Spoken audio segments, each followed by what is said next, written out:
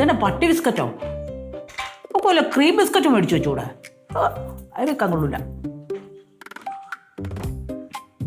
എടി നിനക്ക് വല്ല ക്രീം ബിസ്ക്കറ്റ് ഇവിടെ മേടിച്ചു വെച്ചൂടെ? എന്തുവാ ബിസ്ക്കറ്റ് ഇത്? അമ്മ ഇങ്ങനെ ചെറിയ പിള്ളേരെ മാതിരി ബിസ്ക്കറ്റ് ഒക്കെ കഴിച്ചിരുന്നോ? ഓ, നീ എനിക്ക് ബിരിയാണി ഉണ്ടാക്കി വെച്ചിരിക്കല്ലേ ഇവിടെ. പിന്നെ തിന്നണ്ട വിചാരേ ഉള്ളൂ അല്ലേ? അതൊക്കെ വിടും. അമ്മ, ആ വളയുടെ കാര്യം എന്തായി? അവളിന്ന് തന്നെ എനിക്ക് എടുത്തു തരാന്ന് പറഞ്ഞു. ഈ നിമിഷം എടുത്തു തരാൻ പറയണം, ഇപ്പം. അത് ഞാൻ പറഞ്ഞിട്ടുണ്ട്.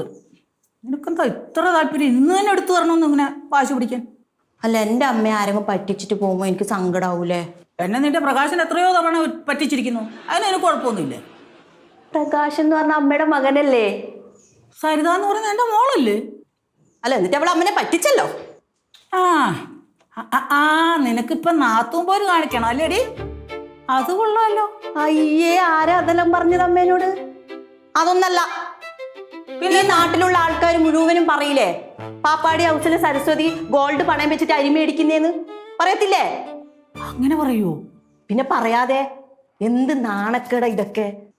അത് മാത്രമല്ല, ഇതേ നോക്കിയേ, ബാങ്കിൽ നോട്ടീസ് ഇറക്കും, ചുമരിനെല്ലാം ഒട്ടിച്ചു വെക്കും. ചിന്തിച്ചു നോക്ക്. നമ്മൾ ഈ പണയം വെച്ച അരിയൊക്കെ. പുഷ്പേ, എനിക്ക് ഒരു ഗ്ലാസ് കട്ടൻ ചായ വേണം. എന്നാടാ അവനെ, ഈ വെള്ളം കുടിച്ചോ. എനിക്ക് വേണ്ട. എടാ, എനിക്ക് കട്ടൻ ചായ വേണ്ടെന്നിട്ടാ. നീ വേണം കുടി. വേണ്ടെങ്കിൽ ആ പൈപ്പിലെങ്ങാനും കൊണ്ട് കമത്തിക്കളാം. പക്ഷെ അങ്ങനെ പറയല, അമ്മ തരുന്നതല്ല, മേടിച്ചു കുടിച്ചു. എന്നെ വിശ്വാസമോ സ്നേഹമൊന്നും ഇല്ലാത്തവരുടെ കട്ടൻ ചായയും വെള്ളമൊന്നും എനിക്ക് വേണ്ട. ഓ, വിശ്വസിക്കാൻ പറ്റിയൊരു മുതല്. വിശ്വസിക്കാൻ കൊള്ളാവുന്ന മുതലുണ്ടായിരുന്നല്ലോ, എന്നിട്ടല്ലേ അനുഭവിക്കുന്നത്. അല്ല അമ്മ, ആ പറഞ്ഞതിന് കാര്യമുണ്ട്. നിങ്ങളെ എനിക്കും കുറച്ച് വിശ്വാസക്കുറവുണ്ട്.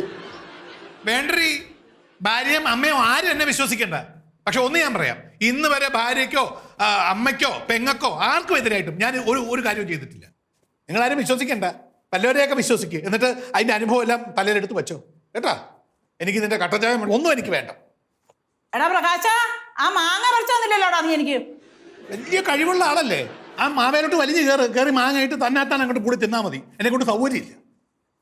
എൻ്റെ അമ്മക്ക് ഞാൻ പറിച്ചൊരു മാങ്ങ. കണ്ടോ, നിനക്ക് എന്നോട് സ്നേഹമുള്ളൂ, എനിക്കറിയാം. പക്ഷെ ആ വളയുടെ കാര്യം തീരുമാനാക്കണം. അത് ഞാൻ തീരുമാനമാക്കിയിട്ടുണ്ട്. അവൾ കൊണ്ടുതരും. തൂക്കി നോക്കണം കൊണ്ടുവന്നാൽ. തേമാനം ഉണ്ടാവും ചിലപ്പോൾ. അതെങ്ങനെയാട്ടി തേമാനം വരുന്നേ? അത് ചിലപ്പോൾ അവൾ ഉരച്ചെടുത്താലോ?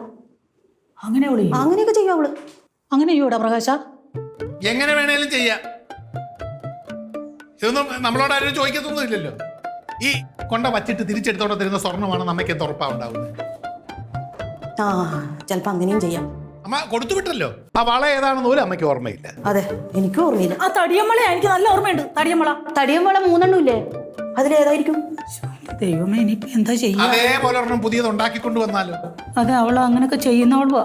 ബിസ്ക്കറ്റ് നിന്ന് ഇങ്ങനെ ഇരുന്നോ? ഇനിയിപ്പോ എന്ത് ചെയ്യും മക്കളെ? എന്തെങ്കിലും ഒരു പോംവഴി അമ്മയ്ക്ക് പറഞ്ഞതാ, ഞാൻ എന്ത് ചെയ്യാനാ? പോംവഴി പറഞ്ഞു തന്നാ കേക്കുവോ? ആ, കേക്കാം മക്കളെ, കേക്കാം. എന്നാ അവളോട് ബലം പിടിച്ച് ഇന്ന് തന്നെ ഈ സാധനം, ഇപ്പോഴെന്ന് ഞാൻ പറയത്തില്ല, ഒരു ഇന്ന് തന്നെ ആ സ്വർണ്ണം ഇവിടെ എത്തിക്കാൻ പറയണം. എന്നിട്ട് അത് എനിക്ക് തരിക. ഞാൻ കൊണ്ടുപോയി തട്ടാനെ കാണിച്ച് ഒരച്ചത് ഒറിജിനൽ സ്വർണ്ണമാണോ നോക്കിയിട്ട് ഞാൻ പറഞ്ഞു തരാം. ഞാൻ അങ്ങനെ ചെയ്യാം. ഇനി അവൾ കൊണ്ട് തിരിച്ചു തരുമ്പോ എനിക്ക് പിന്നെ വിശ്വാസമില്ല, ഞാൻ കൊടുക്കലെന്ന് ഞാൻ അനുഭവിച്ചോളൂ.